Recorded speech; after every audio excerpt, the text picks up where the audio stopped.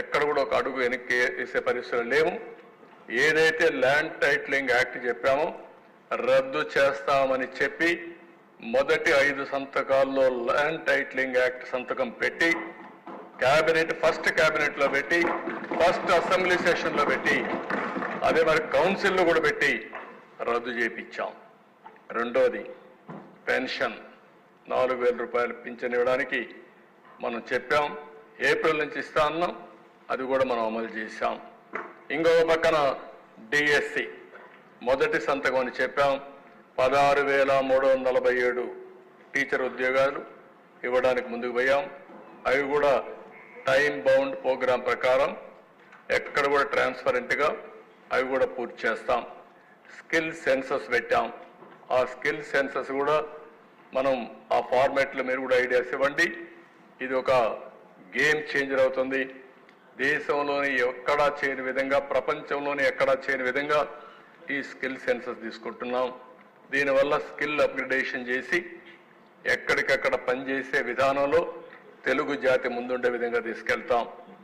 August 15వ తారీఖున అన్నా క్యాంటీన్ మినిమం 100 సెంటర్లో అన్నా క్యాంటీన్ ఓపెన్ చేసి 5 రూపాయలకి పేదలకు అన్నం పెట్టే కార్యక్రమానికి శ్రీకారం చుడతాం. మొన్ననే ఫ్రీ స్టాండ్ పాలసీ తీసుకొచ్చాం. దాంట్లో మనం అందరం కూడా క్లియర్గా ఉండాలి. ఒక ట్రూ స్పిరిట్తో ఫ్రీ స్టాండ్ అనేది పేదలకు అందాలి.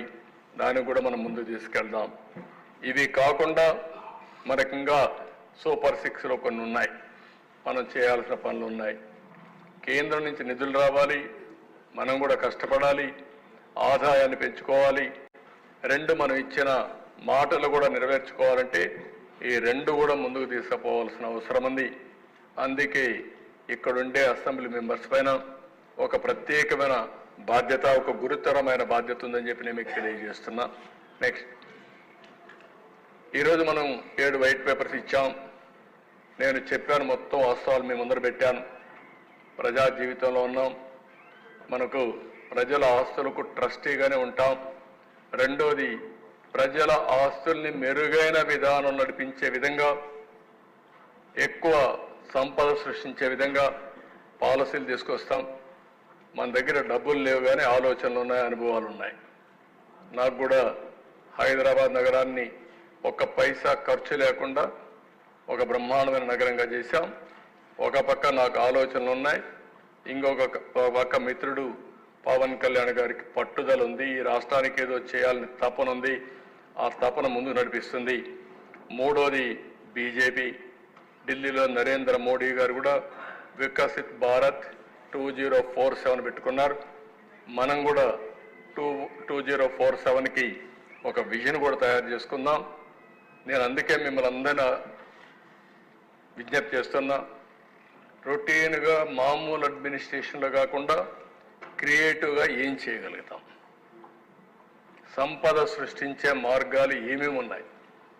ఇప్పుడు మీరు అక్కడ చూశారు, దగ్గర రోడ్ల మీద 14-19లో పెట్టిన దాంట్లో 20% కూడా పెట్టలేదు. దానివల్ల పర్యవసానం ఏంటి?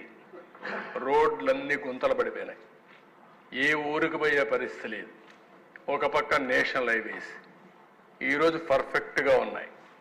నేషనల్ హైవే దిగితే ఆంధ్రప్రదేశ్ రోడ్లు ఇంకెక్కడికి పోతా తెలియని పరిస్థితి ఉంది. దీనికి ఒక వినూత్నంగా ఏమైనా ఆలోచించగలుగుతామా? మన దగ్గరుండే డబ్బుల్ని ఏ విధంగా సద్వినియోగం చేయడం కోసం ఇప్పుడు గవర్నమెంట్ ఆఫ్ ఇండియాలో కూడా నీతి ఆయోగ్ కానీ గవర్నమెంట్ ఆఫ్ ఇండియా కానీ కొన్ని ప్రోగ్రాంలు తీసుకొచ్చారు. అవన్నీ కూడా public private partnership, viability gap funding.